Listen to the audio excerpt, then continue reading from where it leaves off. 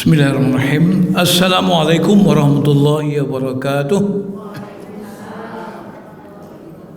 Alhamdulillah wassalatu wassalamu ala alihi washabbihi wa wala. Asyhadu la ilaha illallah wa asyhadu anna Muhammadan abduhu wa rasuluh. Sallallahu alaihi wasallam raditu billahi rabba wa bi islami dina wa bi Muhammadin sallallahu nabiyyan wa rasulullah. Amma ba'd. Bapak Ibu yang insyaallah semua kita dirahmati Allah Subhanahu wa taala. Pagi ini alhamdulillah kita semua sehat walafiat Bu ya. Enggak ada yang sakit ya. Ya sakit-sakit sedikit biasalah kita. Tapi alhamdulillah kita sehat. Rasulullah mengatakan ada dua nikmat yang besar. Nikmatani kabiratan. Ada dua nikmat yang besar itu, yaitu as-sihah wal faragh. Kesehatan dan kesempatan gitu. Sehat dan sempat ya. Ada orang sehat tapi enggak sempat tapi nggak sehat kita. Dua-dua ini penting dalam hidup ini. Kita bisa menikmati kehidupan ini kalau dua ini ada. Kita misalnya punya makan enak, ya kan? Tapi kalau nggak sehat, nggak enak juga kan gitu. Ataupun kalau misalnya kita sehat tapi nggak sempat makan ini, ada perlu kita harus berangkat segera. Nih makanan sudah tersedia nih, enak ini. Ini kebetulan ya. Tadi ada juga ibu tuh bawa ketupat tapi sayurnya nggak ada gitu. Sayurnya nggak ada, artinya beli dulu, artinya kan nggak sempat juga gitu. Jadi as-sihah wal faragh, kesehatan kesempatan. Alhamdulillah kita semua di sini punya kesehatan dan diberikan oleh Allah kesempatan untuk datang ke masjid ini dalam rangka thalabul ilmi. Kita menuntut ilmu untuk terus meningkatkan pemahaman kita, kualitas pemahaman kita pada Islam. So kalau pemahaman Islam itu tidak sempurna, tidak benar, nanti juga pengamalannya nggak benar. Pengamalan yang benar itu hanya akan lahir dari pemahaman yang benar gitu. Kalau faham, insya Allah. Karena Rasulullah SAW mengatakan, "Mayuridu khairan faqih fiddin, mayuridu khairan faqih fiddin." Orang yang akan Allah berikan tambahan kebaikan adalah orang yang faham. Orang yang mengerti dengan agama itu. Yang enggak mengerti ya dia hanya terjebak kepada rutinitas ritual, ibadah rutin, bacaannya segala macam, tapi kalau enggak faham, maka dia tidak pernah meningkat kualitasnya sebagai muslim. Banyak orang sudah haji, banyak juga sudah ibadah sholat, tetapi kemudian perilakunya, akhlaknya malah tidak menunjukkan dia sebagai muslim. Nah, kadang-kadang orang nanya itu gimana tuh? Al-Quran mengatakan nasolata tanha anil fahsya'i wa munkar. Solat itu mencegah yang keji dan mungkar. Ada orang solat tapi masih melakukan kemungkaran. Ya, itu artinya apa? Dia belum lagi mendapatkan kebaikan daripada ibadah yang dia kerjakan. Kenapa? Karena dia tidak faham. Oleh karena itu menuntut ilmu, mencari pemahaman itu merupakan sebuah kewajiban. Karena kita diperintahkan untuk faham, maka berusaha untuk faham itu juga merupakan kewajiban. Karena dalam keadaan katakan al-amru bi syai' amrun wasailih. Kalau kita perintah dengan suatu berarti kita diperintah dengan jalan-jalannya. Kalau kita diperintah naik haji, berarti kita juga diperintah untuk cari duit untuk bisa berangkat haji. Bagaimana kita haji kalau duit nggak ada gitu kan? Nah, oke, alhamdulillah kita ini sehat walafiat, kita manfaatkan untuk ya ini bukan pengajian baru ini, kita cuma mengulang-ulang aja. Apalagi ibu-ibu apa-apa ini sudah berapa SKS ini kalau pengajian itu, kalau dihitung udah doktor juga ini ya, udah doktor ini kalau ibu ini udah berapa SKS, mungkin udah ribuan SKS itu, cuman nggak pakai ijazah aja, nggak pakai wisuda gitu ya, cuman kita ini tinggal mengulang-ulang aja ya. Sekarang saya ingin mengajak kita untuk apa? Untuk mencoba bicara tentang ada beberapa prinsip hidup muslim. Jadi ada 9 prinsip hidup muslim. Saya ingin dulu awali bahwa kenapa kita harus mengkaji ini? Karena kita ini memang berbeda dengan yang lain. Kita sebagai muslim, kita sudah milih beriman pada Islam.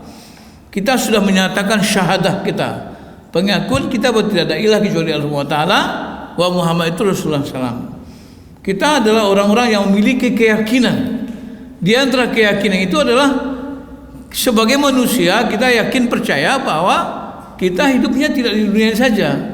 Kita akan dibangkitkan kembali di hari akhirat. Di antara rukun iman kita itu iman kepada Allah, malaikat, kitabnya, rasulnya, iman kepada hari yang akhir, iman kepada qadar baik dan qadar buruk, iman kepada yaumul ba'tsi, hari berbangkit. Itu yang membuat kita ini punya perhitungan dalam kehidupan. Kita tidak bisa melakukan sembarangan. Kenapa? Karena yakin bahwa semua yang kita lakukan di dunia ini pasti kan kita bertanggung jawab kepada Allah Taala pada hari yang disebut dengan yaumul hisab, yaumul mizan, yaumul jaza, hari perhitungan, hari pertimbangan, dan hari pembalasan. Kita nggak sama dengan orang-orang yang berfaham ateisme, komunisme, atau faham materialisme yang meyakini hidup ini cuma sekali ini saja, di dunia aja, nanti nggak ada. Samalah dengan anjing, kucing, kambing, dan ing-ing yang lain.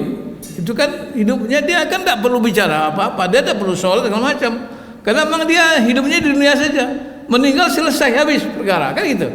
Orang-orang komunis kan begitu, Bu. Tidak. Jadi dia tidak percaya, dia tidak perlu bicara dosa, pahala dosa, kebenaran kebatilan, dia tidak bicara kebaikan keburukan, ini halal haram nggak perlu. Kenapa? Karena bagi mereka tidak ada perhitungan. Mereka tidak yakin bahwa nanti akan berbangkit kembali, karena itu mereka tidak punya tanggung jawab untuk misalnya berhitung. Bagi kita enggak. Kalau kita ini mau lakukan sesuatu itu kita berpikir, ini kalau saya kerjakan nih boleh enggak nih? Ini perjalanan baik buruk enggak? Ini halal haram enggak? Ini hak atau batil?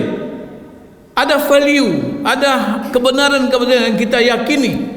Wah, kalau itu salah, kalau itu enggak benar, kalau itu kita lakukan misalnya sembarangan dan tidak sesuai dengan syariat Allah SWT, maka kita yakin itu akan kita tunjukkan kepada Allah SWT.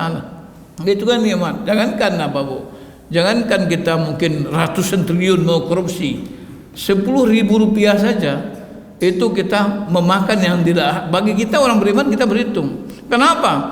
Karena Rasulullah mengatakan satu suap makanan yang haram kita makan itu menyebabkan kita itu 40 hari doa kita terima itu. Coba bayangkan. So kalau satu piring berapa itu? Berapa suap itu? 10 piring suap itu 400 hari. Satu piring makanan yang halal, satu piring makanan yang tidak halal, makan haram itu berpotensi untuk menghambat doa kita kepada Allah 1 tahun. Bagaimana kalau satu hari itu makan yang haram saja? Sudah 3 tahun. Bagaimana kalau sebulan itu makan yang haram saja? 90 tahun, pada umur kita cuma 70 tahun. Berarti seumur hidup doa kita ada di Tuhan SWT. Itu kalau kita cuma makan yang haram 1 bulan. Coba kalau 1 triliun, coba. Nah, ini kan luar biasa ini. Kita ini menjadi berhitung karena ada keyakinan. Kita punya keyakinan. Apa keyakinan kita? Keyakinan kita adalah bahwa kita akan berbangkit nanti di hari akhirnya. Prinsip hidup ini, prinsip pertama bagi kita ini. Kita yakin bahwa kita akan ada nanti hari akhirat. Oleh karena itu bagi kita sebagai seorang muslim mukmin, kita punya visi hidup yang berbeda. Visi ideal kita adalah, harapan kita adalah kita ingin bahagia dunia dan akhirat. Itu Pak, itu perlu kita jadikan sebagai prinsip hidup kita. Kalau kita tidak yakin, ngapain kita? Kalau kita tidak yakin kita ini akan kembali ke akhirat, akan bertanggungjawabkan, ya kalau maling aja lah sebanyak-banyaknya kan. Ya dosa nggak ada, siapa yang mau hitung dosa kan gitu. Ya kita ini ya karena kita yakin ada yaumul ba'tsi, ada yaumul akhir, ada hari berbalas, maka kita ini ingin mendapatkan bahagia dunia dan akhir. Itu yang katakan Allah dalam ayat Al-Baqarah 201 itu, wa minhum may yaqulu rabbana atina fid dunya hasanah wa fil akhirati hasanah wa qina adzabannar. Ini prinsip hidup pertama yang perlu kita tanamkan dalam diri kita. Ya. Oleh karena itu kita sebagai muslim, kita bukan tidak ingin kaya, kita bukan tidak ingin mendapatkan hal-hal yang banyak segala macam, tapi kita ingin mendapatkan semua itu tanpa mengorbankan akhirat kita. Apa artinya kita hidup di dunia ini? Kita presiden di segala presiden. Kita punya inisiatif ini semua, ya. Kita hidup 100 tahun, kita bersenang-senang, tapi di akhirat masuk neraka. Mau nggak kita? Ibu-ibu diganti sekarang dikasih uang 1 triliun, ya? Kan banyak dia. Banyak nggak 1 triliun? 1 triliun itu? 1000 miliar. Kalau dijadikan uang 1000 semua berapa itu? Di uang receh semua berapa itu? Ibu-ibu dikasih sekarang, bapak dikasih sekarang uang 1 triliun, tapi tinggalkan Islam. Mau nggak? Nggak mau. Kenapa? Karena bagi kita tidak ada artinya uang 1 triliun, tidak ada artinya dunia ini kalau di akhirat kita nanti masuk neraka. Kan gitu, Pak. Itu harus jadi keyakinan kita. Itu bukan sekedar spekulasi. Jangan kita ya untung-untungan. Ya kita sholat aja di dunia ini. Kalau iya nanti masuk surga, kalau enggak kan kita tidak apa-apalah. Ganti-ganti olahraga gitu. Tidak begitu. Kita harus beribadah dengan keyakinan kita. Kita yakin bahwa kita akan berbangkit di hari akhirat. Semua yang kita laksanakan di dunia ini akan kita bertanggung jawab kepada Allah Subhanahu wa taala. Oleh karena itu visi hidup kita, keinginan kita adalah ingin bahagia dunia dan akhirat. Itu yang saya katakan tadi, Pak. Ya. Itu dia nih. Ingin bahagia dunia akhirat, ya. Itu visi kita pertama. Kita ingin bahagia dunia dan akhirat. Ini. Makanya kita selalu berdoa, Rabbana atina fid hasanah wa fil akhirati adzabannar. Itu bukan doa-doa sekedar doa aja. Itu menjadi keyakinan, menjadi obsesi kita, menjadi harapan kita, menjadi mimpi kita dunia ini. Kita ingin bahagia di akhirat. Benar gak itu? Ini harus kita tanyakan pada diri kita masing-masing. Apa benar kita ini bahagia dunia dan akhirat? So kita bayangkan semua itu dalam surah apa itu? Dalam surah As-Sajdah itu Allah menggambarkan bagaimana perbandingan dunia dan akhirat itu. Yudabbirul amra minas sama'i ilal ardi thumma ya'ruju ilaihi fi yaumin kana miqdaruhu alfasad mimma ta'udun. Allah yang ngatur urusan itu dari langit ke bumi, kemudian Allah minta pertanggungjawaban nanti kapan? Di satu hari kana miqdaruh, yang ukurnya adalah alfasad mimma ta'udun. Satu hari pada hari itu 1000 tahun apa yang kamu bilang sekarang? Coba, Pak, 1000 tahun. Katakanlah kita ini hidup 100 tahun di dunia ini, dibanding akhirat itu cuma 1/10 hari. Karena orang kan tidak apa-apalah masuk neraka 1 hari 2 hari. Bisa, mau nggak? Berani nggak? Siap nggak? Masuk neraka 1, 2, 3 hari. Tidak apa-apa. Tapi 3 harinya itu berapa itu? 3000 tahun.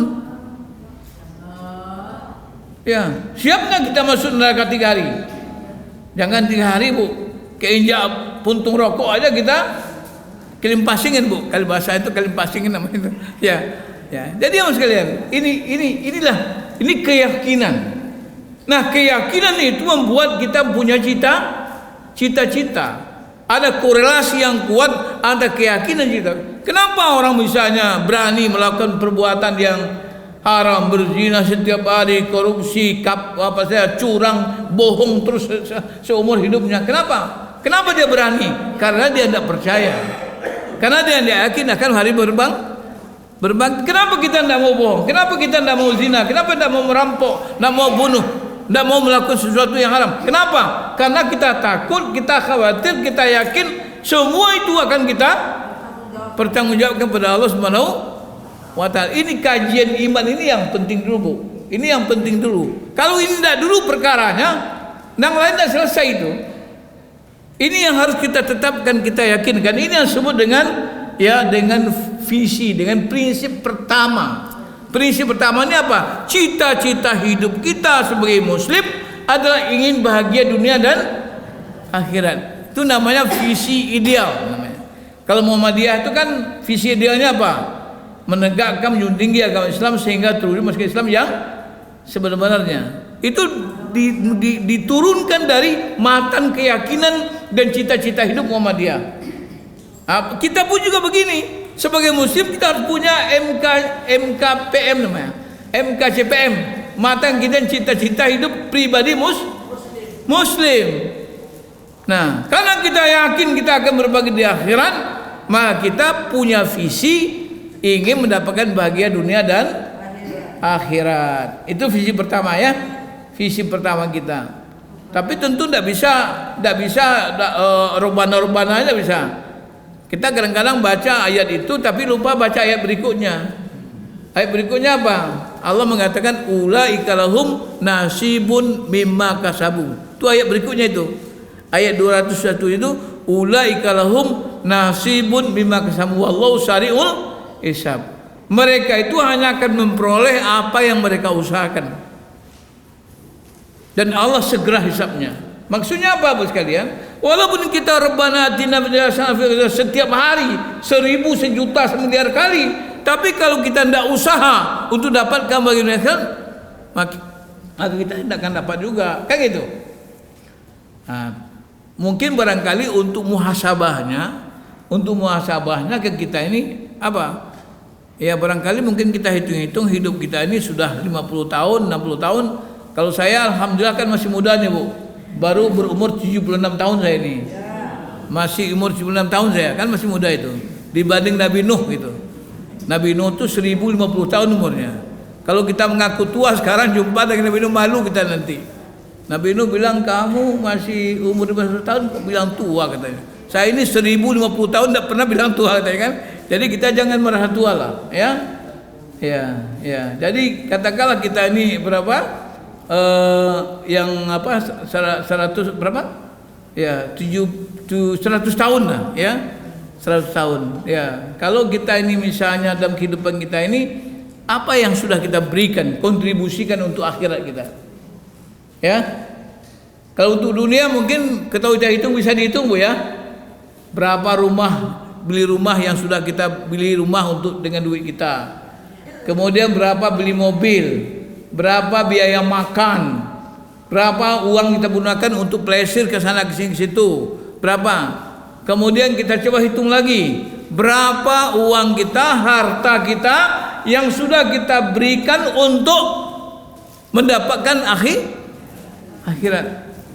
Nah, kira-kira Bu ya. Padahal Allah SWT dalam Al-Quran dalam surah apa tuh? Surah Al-Qasas apa namanya? Wabtaghi fima atakallahu daral akhirah. Carilah olehmu pada apa saja yang Allah berikan kepadamu bahagia akhirat. Itu ya. Fima atakallah pada apa saja. Ma itu akan bagi umum, apa saja. Fima atakallah pada apa saja yang Allah telah berikan kepadamu. Apa? Daral akhirah. Ini perintah Allah. Ya, perintah Allah SWT itu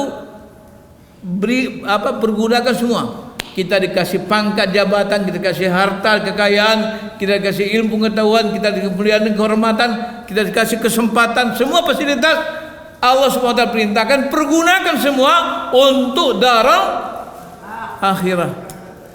Pertanyaannya, apa benar kita sudah pergunakan semua untuk? Jangan-jangan kita hanya untuk sesuatu yang mau busuk, yang akan lapuk, yang akan itu aja. Sementara untuk akhirat kita belum kita akan. Walaupun sebetulnya kita fahami tentu makan kita untuk akhirat juga. Kita buat rumah untuk akhirat juga. Kita punya mobil untuk akhirat. Sepanjang itu kita jadikan sebagai bagian dari ibadah kita kepada Allah Subhanahu wa taala. Tetapi kontribusi kita yang positif sebagai warga Muhammadiyah, sebagai orang Islam untuk menerima agama Allah ini sudah berapa pengorbanan yang sudah kita berikan ya untuk rumah kita di akhirat nanti kayak itu. Jadi Al-Baqarah apa itu?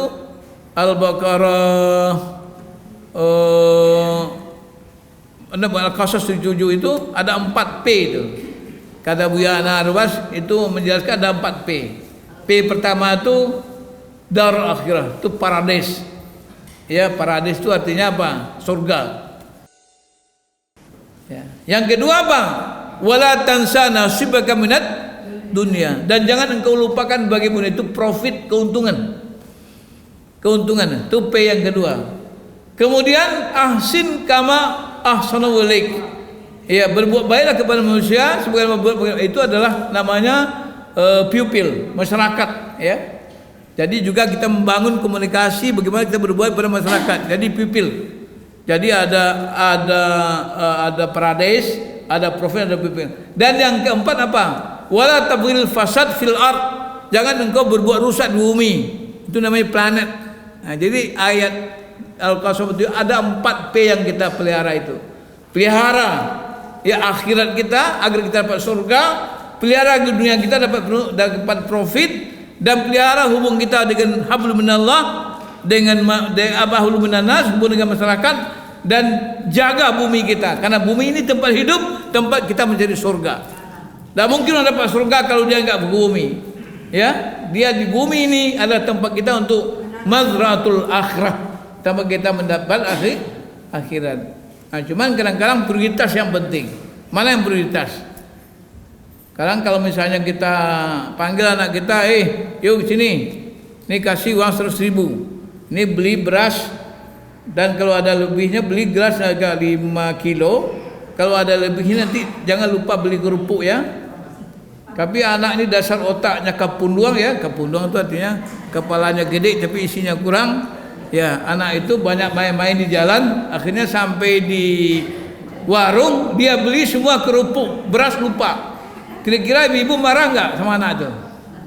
Dasar anak kepundung ini katanya. Disuruh beli beras malah kerupuk yang dibelinya katanya. Maka marahlah ibunya sama anak itu, bilang, sungkahkan betul lah sama kamu kerupuk ini katanya kan. Padahal yang disuruh beli apa?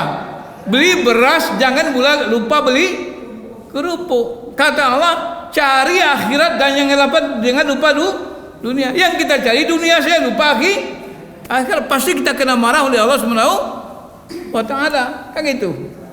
Nah, jadi ini prinsip pertamanya. Ngaji ini tidak perlu selesai semua, Bu. Ini aja selesai cukup lah tuh, kan? Ya. Ngaji itu panjang-panjang tak boleh, bagus kan? Nanti lupa pula semua kan? Jadi ini bagaimana kita menanamkan dalam diri kita ini keyakinan bahwa kita ini harus dapat surga Allah Subhanahu wa taala. Kita harus pastikan dalam keyakinan kita akan mendapatkan surga Allah SWT.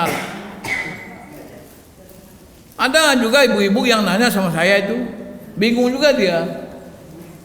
Gini Ustaz katanya, saya kebetulan nih nasib saya ini, suami saya sering meninggal katanya. Suami pertama meninggal, lalu kawin lagi, suami kedua meninggal lagi, kawinlah sampai 4 suami saya. Nanti surga saya dengan suami yang mana katanya. Ya, kita bilang, ibu nggak usah pikir suami yang mana lah, ya. Di dunia ini aja ibu cuma hidup 50 tahun, suaminya 4 saya bilang.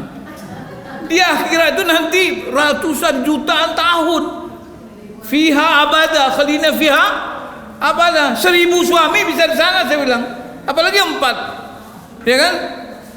Misalnya 100 tahun pertama suami pertama, 100 tahun kedua suami kedua, 100 tahun ketiga suami ketiga, 100 keempat. Yang penting difikirkan pada masuk surga. Bagaimana masuk surga itu udah gampang tuh, ya.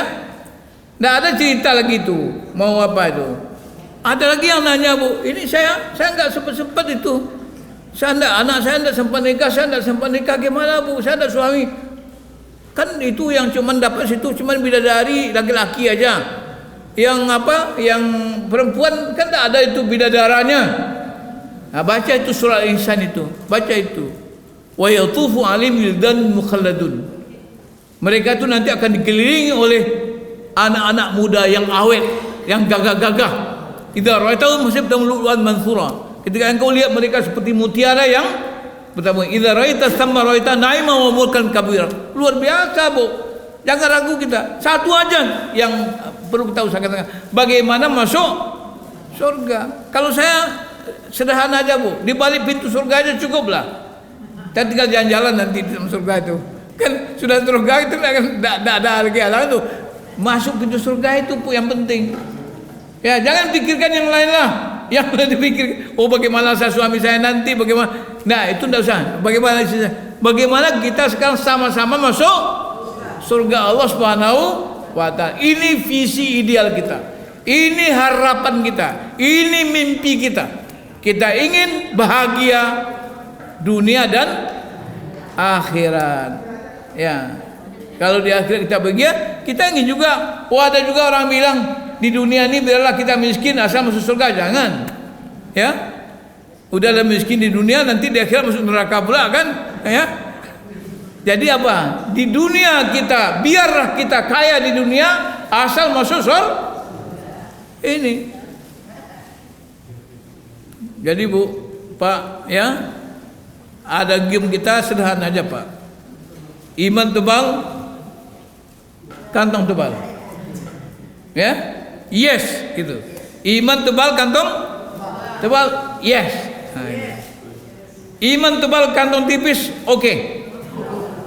Ya, iman tipis, kantong tebal, no.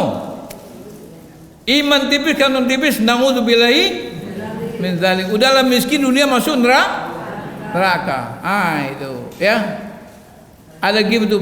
Artinya jangan kata oh biarlah kita sengsara di dunia. Itu kajian orang kolonialis, Bu. Orang-orang kolonial dulu gitu. Yang penting surga aja lah. Biar orang kita ini. Maka sekarang ini kita apa, Bu? Apa yang terjadi di negara yang kaya raya, penuh dengan kekayaan sumber daya alamnya, barang tambangnya semua banyak. Siapa yang nikmatin? Yang nikmatin siapa? Orang-orang luar. Orang Islam enggak.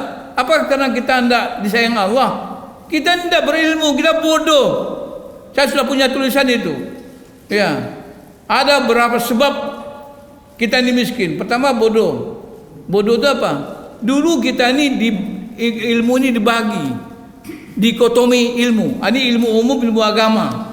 Nah, orang pesantren dulu cuma belajar Arab gundul. Mereka belajar mengundulin hutan, gitu kan? Gundul juga. Ya. Akibatnya apa?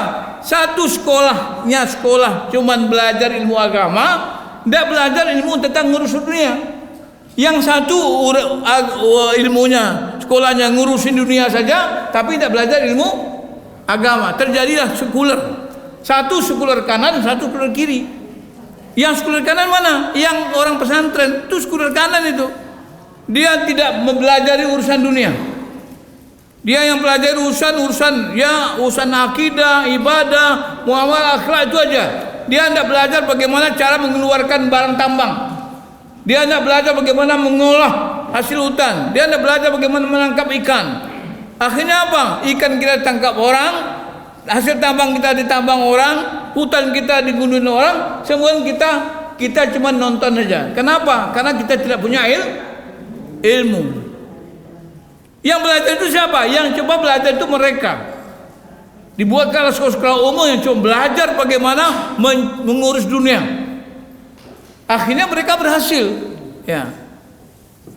Itu Bu, mereka berhasil. Padahal kalau kita kembali kepada Al-Quran, kita Allah SWT menginformasikan kepada malaikat bahwa Allah akan menjadikan di dunia ini khalifah. Malaikat dengan nada miring mempertanyakan, ataj'alu fiha may fiha wasfud dima? Adakah engkau akan menjadikan dunia itu orang yang akan bertumpah darah dan akan membuat rusak? Ya. Wa nahnu nusabbihu bihamdika wa nuqaddisu lak, dan kami malaikat ini bertasbih memuji engkau, selalu mensucikan engkau. Apa jawab Allah? Qala inni a'lamu ma la ta'lamun. Saya yang tahu, kamu enggak tahu. Kemudian apa yang Allah lakukan setelah itu? Setelah Adam menciptakan, apa yang Allah lakukan? Wa 'allama Adamal asma'a kullaha. Allah ajarkan kepada Adam semua ilmu, dan ilmu agama, semua ilmu itu sumbernya dari Allah Subhanahu wa ta'ala. Islam tidak mengenal dikotomi ilmu. Semua sumber ilmu sumbernya dari Allah SWT. Ini yang mendikotomi ini apa? Ini penjajah. Karena dia membodohi kita dan membuat kita miskin sampai sekarang. Ya kan? Jepang dibom Amerika ketika Indonesia merdeka. Jepang dibom kita merdeka. Ya? Tapi Jepang hari ini menjadi negara yang kaya maju, sementara kita 80 tahun merdeka, kita belum maju. Kenapa? Ya, karena kita tidak belajar tentang ilmu ngurusin dunia. Ya. Jadi ada hadis, walaupun saya cari itu validitasnya belum jelas. Man arada dunya fa'ali bil, man arada khafalai bil ilm, man arada ma fa'alihi bi ilmihuma. Barang siapa ingin bahagia dunia, ada ilmunya. Barang siapa ingin bahagia akhirat, ada ilmunya. Barang siapa yang ingin bahagia dua-duanya, maka cari kuasai ilmu dua-duanya. Ini Bu. Jadi oleh karena itu kita ke depan harus berpikir ya pendidikan yang holistik, yang integratif.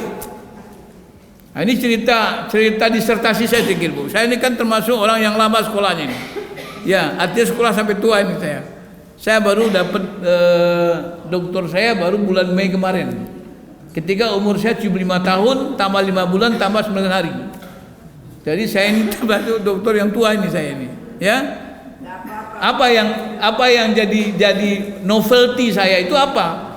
Novelty saya itu adalah diantaranya adalah kita perlu ada paradigma manajemen pendidikan Islam yang holistik dan integratif. Artinya apa? Pendidikan itu tidak boleh didikotomi, ada ilmu agama, ada ilmu umum. Semua harus kita gaji. Jadi orang Islam itu harus ada yang jadi arsitek, ada yang jadi insinyur, yang bisa pokoknya ahli kimia, ahli macam-macam. Coba yang kamu sekalian Iran sekarang ditakutin Amerika, ditakutin Iran karena dia punya ilmu membuat nuklir. Kayak gitu. Kita ini ilmu apa? Tidak ada ilmunya dapatkan. Akhirnya sekalian ke depan kita harus punya punya konsep yang jelas tentang ilmu. Semua ilmu dari Allah SWT. Coba ibu kalau punya IE, punya artificial intelligence, coba dia apa tuh? Apa saja ilmu? Tongkai Al-Quran dan kosmologi, Al-Quran dan biologi, Al-Quran dan ekologi, Al-Quran semua itu. Semuanya ada dalam Quran. Sumbernya Al-Quran. Al-Quran tidak hanya merupakan petunjuk tentang, dalam Al-Quran itu petunjuk tentang zakat, tentang sholat, tentang cuma sedikit. Yang banyak bicara tentang kauniyah, tentang alam. Itu yang tidak kita kaji selama ini. Kita mengkaji hanya bagian kecil saja. Oleh itu sekalian untuk visi ini memang kita bicaranya luar biasa nih. Jadi bukan 9 ini kita sekarang enggak, ini satu aja sekarang dulu. Nanti kita sambung nanti lagi kan? Ya. Jadi visi dia kita bagaimana kita mencoba meraih bahagia dunia dan bahagia akhirat. Kita harus ada tahu ilmunya. Maka oleh karena itu sekalian ketika Allah melakukan ya bahasa kitanya survei lah. Ya survei inna aradna al-amanata 'ala samtil ard wal jibala. Ketika Allah menawarkan amanah ini, mencoba menawarkan amanah kepada langit bumi, kepada gunung-gunung, fa abaina ayahmilna. Mereka itu enggak sanggup, mereka enggan, enggak mau terima. Bumi yang besar, langit yang besar-besar semua itu tidak mau terima. Termasuk bukit-bukit gunung besar itu tidak mau terima amanah Allah SWT. Ini kan cuma gambaran ya, semacam gambaran saja. Bahwa Allah sudah pernah tawarkan amanah khalifah ini kepada alam-alam yang besar-besar, makhluk yang besar-besar. Semua menolak. Kenapa? Wasfaqna minha. Mereka khawatir tidak akan mampu melaksanakannya. Kemudian Allah mengatakan falamahal insan. Maka Allah menciptakan manusia yang sanggup memikul amanah itu. Tapi Allah katakan innahu kana zaluman jahula. Cuman ada manusia itu yang zulum, yang jahul. Zulum artinya yang zalim, yang melanggar aturan, yang tidak ikut aturan, yang tidak ikutin reason for use, aturan pakai yang tetapkan Allah Taala. Dan mereka itu yang jahula, yang bodoh, yang tidak ngerti, yang tidak faham bagaimana hidup di dunia. Nah, ini kajian ini memang agak sedikit keras juga ini ya. Kita bagaimana kita Bu? Ada orang kita suruh misalnya pergi kita buka bengkel, disuruh orang ilmunya ilmu obat-obatan, disuruh ngurus bengkel bisa enggak? Enggak bisa. Karena apa? Ada ilmunya, ngurusin ada ilmunya. Oleh karena itu memang kita ini tidak hanya abdun, tapi kita juga mu'ammir. Kita ini pemakmur di dunia. Bagaimana kita memakmurkan dunia? Bagaimana kita memakmurkan dunia kalau kita tidak punya ilmu dunia? Makanya Islam itu maju 7 abad. Ketika Islam maju di Andalus, itu peradaban dunia dipegang oleh Islam. Ketika itu tidak ada dikotomi ilmu antara ilmu agama dan ilmu Syafi'i bin Nurul Syafi'i Fisina. siapa aljabar semua itu, algoritma semua itu, siapa yang menemukan Islam? Kenapa? Ketika itu Islam tidak mengenal ada dikotomi. Tapi setelah ini negara-negara Islam dijajah oleh Belanda, dimasukilah, dicekokin pikiran kita bahwa ini ilmu orang kafir nih. Ilmu orang kafir tidak perlu dipelajari. Ini urusan orang kafir aja lah. Kalian orang Islam cukup ibadah-ibadah saya, zikir saja. Yang penting kalian tidak diganggu ibadah. Urusin dunia urusan kami. Ini Bu. Ini yang perlu kita rubah sekarang. Dan doa kita juga tidak boleh doa yang terlalu minimalis Bu. Apa doanya? Ya Allah, jadikanlah anak saya ini punya pekerjaan tetap, punya rezeki tetap. Akhirnya tidak kaya-kaya Bu. Ya. Kalau pekerjaan tetap itu tidak kaya-kaya kan? Misalnya di pegawai, gaji 10 juta sampai mati 10 juta, bisa kaya enggak? Enggak bisa. Doa kita itu jangan itu. Kita doakan, ya Allah jadikanlah, berikanlah anak saya ini tetap berpendapatan. Nah, kalau tetap berpendapatan, ya bulan ini 5 juta, besok 10 juta, bulan besok 100 juta, besok lagi 1 miliar, bisa meningkat. Tetap berpendapatan. Mana yang lebih bagus? Berpendapatan tetap atau tetap berpendapatan? Tetap berpendapatan itu yang bagus. Ya, kalau pendapatan tetap tidak nambah. Tapi kalau pendapatan tetap nambah. Itu Bu, ya. Jadi min haitsu la yahtasib may yattaqillah, siapa yang Allah akan berikan kepadanya yaj'alu makhraja wa yarzuqhu min haitsu itu. Dan bahasa Inggrisnya itu apa? Unlimited, ya. Mungkin juga sesuatu yang tidak bisa tidak bisa diduga gitu. Jadi itu yang banyak. Kalau gaji itu yahtasib tuh. Kalau gaji yahtasib itu udah tahu ukurannya 5 juta, 10 juta. Nah, yang Allah katakan orang yang kepada Allah berikan min haitsu yang tidak terhitung, yang tidak diduga, yang tidak terpikirkan, unpredictable, yang tidak bisa diduga itu. Jadi karena itu sekalian ini perlu ilmu. Jadi ke depan itu sekalian barangkali anak kita, cucu kita, mari kita. Oke, banyak sekarang orang sudah masuk pesantren Bu. Mari kita masukkan pesantren anak kita. Oke, bagus. Ya, tapi tentu dengan maksud kita perlu sekarang butuh pesantren taruna, pesantren yang holistik. Pesantren yang tidak hanya mengajar anak tentang bagaimana ilmu-ilmu tentang bagaimana dan mengatur dunia ini secara syariat, tapi juga bagaimana mengelola, mengolah, memanfaatkan, menjaga alam ini supaya dapat bermanfaat dan Islam itu akan menjadi penguasa di dunia, ya, menjadi penguasa di dunia. Kenapa? Karena kita bisa mengolah itu. Dan ini yang kita doa kepada Allah. Kita berdoa kepada Allah SWT apa? Doa kita kepada Allah itu diantaranya surah Al-Furqan itu apa tuh? Orang-orang yang berdoa pada Allah itu Rabbana hablana min azwajina wa dzurriyyatina qurrata a'yun waj'alna lil muttaqina imama. Ini Bang, kita berdoa supaya generasi kita generasi pemimpin. Jadi kalau kami ini menjadi pemimpin, generasi pemimpin, penguasa. Nah, bagaimana kalau kita akan menjadikan anak kita jadi penguasa, generasi penguasa? Kalau kita tidak belajar bagaimana jadi penguasa. Oleh karena itu kita perlu sekali turun yang menyiapkan militer. Siapa yang mau jenderal polisi, jenderal tentara, siapa yang mau jadi presiden, jadi gubernur, jadi macam-macam, harus ada. Kita harus siapkan itu. Inilah tugas Muhammadiyah. Makanya Muhammadiyah dirikan sekolah-sekolah umum bukan untuk mencerdaskan saja, tapi menyiapkan generasi yang siap untuk melaksanakan amanah Allah SWT menjadi khalifah di bumi. Itu ceritanya Bu, ya. Nasrullah fathun qarib wa basyiril mu'minin. Wassalamualaikum warahmatullahi wabarakatuh.